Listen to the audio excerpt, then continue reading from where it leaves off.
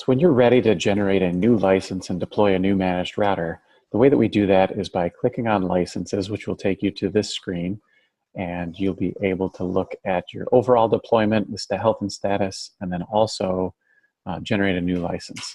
So you'll see your routers that are online and offline. You're able to search for licenses and choose your table columns if you'd like to update your dashboard. But at this point, we're just going to click on the blue Generate License button. So from here, if you have MikroTiks that are already in the field and would like to unlock a new button for field deployed routers, you would contact support by clicking on Live Chat. If this is a new router that you're going to deploy a brand new service on, you just leave New Router Selected. Then next we'll pick the WAN port, which will be either Ether 1 if you're using port 1, Ether 5 or 10 if you're using a router board like a 2011 where you want to provide PoE power to support your next device, which might be a radio for powering your service delivery. Or the SFP port if you have something like a HAP AC where you'd like to deliver either fiber or some SFP port. Next up is your WAN service. Typically DHCP, however, we also support PPPoE or static. If you select PPPoE, it will automatically generate random username and password that you can put into your PPPoE concentrator, or you can update those values and change them, and that'll generate the license with the username and password that you select here. If you select static, you'll need to put in the IP address and gateway for the router. We'll take the DNS servers from the company profile. One thing to note is that here in the static IP, it does need to be in CIDR format, so that needs to have the IP address and a slash, and then the subnet mask in CIDR notation. Next up is VLAN support. It's very typical to not have any VLANs on the managed router service. However, if you would like to have the customer internet service provided over a VLAN or a double tagged VLAN, you can click the drop down here and it will allow you to select VLAN single tag or VLAN QNQ / double tagged, which will allow you to select 2 tags. And you just set those as appropriate.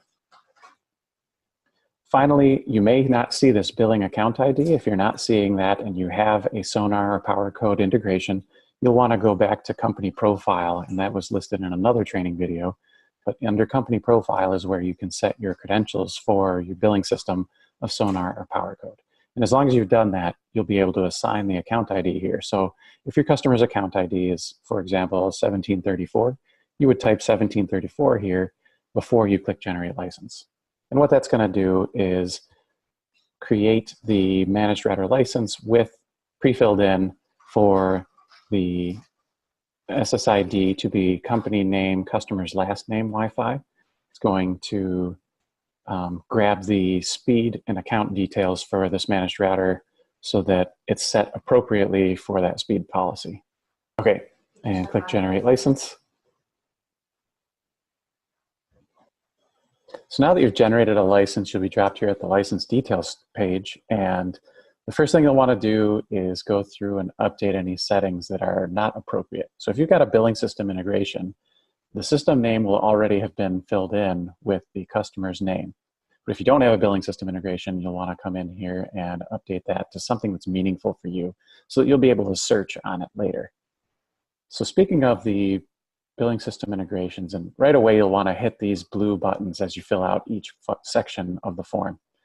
And so if you have a billing system integration, the things that it's going to fill in for you automatically are the system name is going to be the customer's name, the Wi-Fi settings is going to be your company name, and then the customer's name Wi-Fi, and the SSID passphrase will be the customer's phone number.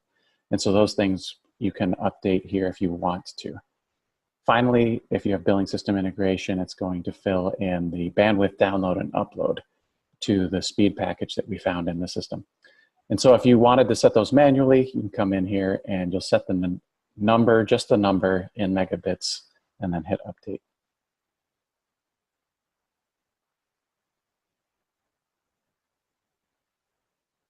So once you have the settings on this page where they fit your desires, the next thing you want to do is click on the green download button.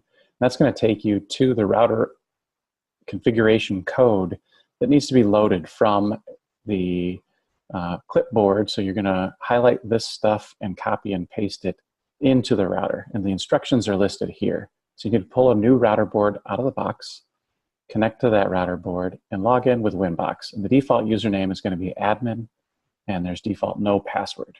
And you click on the new terminal window in the Router OS, and then you're going to copy and paste the lines from this document into the router board. And you'll notice there in red, do not use Control-C and Control-V. Those are special keyboard commands that are available in Winbox. So once you paste the commands into the router and it's connected to the internet, you're going to see the router's status there go from offline at the top to connected, and then it's going to check for firmware. And if it does a firmware update, it's going to say that it's firmware updating. And then after it's done firmware updates and rebooted, it's going to go into a provisioning status and first time setup. And then it's going to say updating Wi-Fi. And after a couple of minutes, this router will be all updated, latest and greatest, hardened, security firewalled, and ready for a customer to connect to it using the app.